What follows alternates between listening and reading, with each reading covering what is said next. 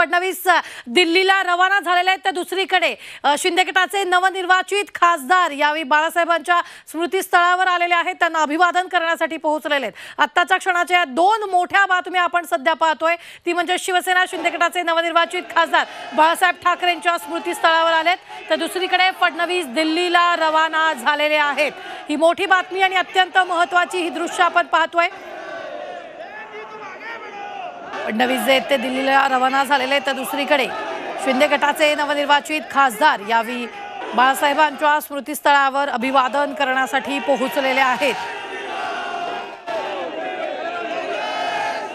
मोठी बातमी आपण आत्ताच्या क्षणाची पाहतोय। कालच्या फडणवीसांनी पत्रकार परिषदेनंतर हालचालींना वेग आलेला आहे। स्वतः फडणवीस जे ते दिल्लीला रवाना होत आहेत तर दुसरीकडे मुंबईत बाळासाहेबांच्या स्मृतीस्थळावर शिंदे गटाचे नवनिर्वाचित खासदार जे ते अभिवादन करण्यासाठी आलेले आहेत।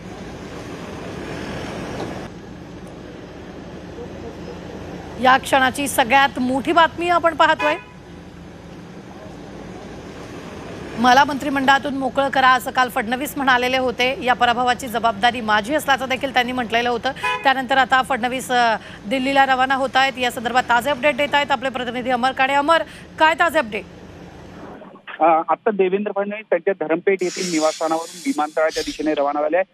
खरं तर ते आता थोड्या वेळापूर्वीच म्हणजे अगदी 5 तासापूर्वीच नागपुरात दाखल झाले होते। त्यांचं जोरदार असं स्वागत करत कार्यकर्त्यांकडून मनधरणी करण्यात आली की त्यांनी सरकारमधून पद सोडावं नाही म्हणून। आणि त्यानंतर काही पदाधिकाऱ्यांसोबत त्यांची RSSच्या बैठक झाली। त्यासोबत नागपूर शहरातील काही पदाधिकाऱ्यांसोबत भाजपाच्या त्यांच्यासोबत बैठक केली आणि त्यानंतर ते तातडीने आता दिल्लीच्या दिशेने रवाना झाले आहे नागपूरमधील निवासस्थानावर।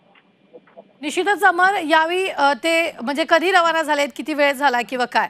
साधारणतः 20 मिनिटांपूर्वी ते नागपुरात येथील निवासस्थानावरून रवाना झाले। ते नागपूर विमानतळाकडे गेले होते। विमानतळावरून ते दिल्लीला जातील आणि दिल्लीला महत्वाचे म्हणजे उद्या संसदीय बोर्डाची बैठक आहे, त्याच्यात नेता निवडीच्या दृष्टीने पण सुद्धा काही महत्वाचे निर्णय होऊ शकतात। त्या दृष्टीने देवेंद्र फडणवीस आज नागपूरहून रवाना झालेले आहेत। यावेळी ते माध्यमांशी बोललेत का? नाही, माध्यमांशी बोलले नाही। सकाळी सुद्धा प्रयत्न झाला कारण की एक ते आपल्या भूमिकेवर ठाम असल्याचं सांगण्यात येत होतं। त्यावर माध्यमांनी प्रतिक्रिया जाणून घेण्याचा प्रयत्न केला पण माध्यमांसमोर हात जोडून ते निघून गेले। आणि त्यानंतर मोठ्या संख्येने विमानतळावर कार्यकर्ते उपस्थित होते, त्यांचं अभिवादन त्यांनी स्वीकारलं। एक ज्या पद्धतीने कार्यकर्त्यांचा त्यांना गराडा होता, शहरात सुद्धा आखिर तक लढेंगे हम अशा स्लोगनचे काही होर्डिंग्स लागलेले आहे। एकूणच कार्यकर्त्यांची भावना त्यांनी जाणून घेतली नागपूर शहरातील आणि इतर काही गोष्टींचं सुद्धा आकलन करून घेतलं। धन्यवाद अमर ताजे अपडेट देण्यासाठी। मात्र ही सगळ्यात महत्त्वाची बातमी, अत्यंत महत्त्वाच्या या दोन बातम्या सध्या स्क्रीनवर पाहायला मिळत आहेत।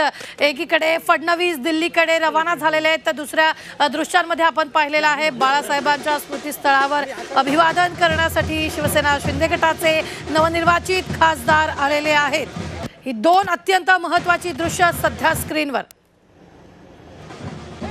श्रीकांत शिंदे आपल्याला इथं पाहायला मिळत आहेत, संदीपान भुमरे देखील आपल्याला इथं पाहायला मिळत आहेत आणि हे जे ते बाळासाहेबांना अभिवादन करण्यासाठी सध्या पोहोचलेले आहेत।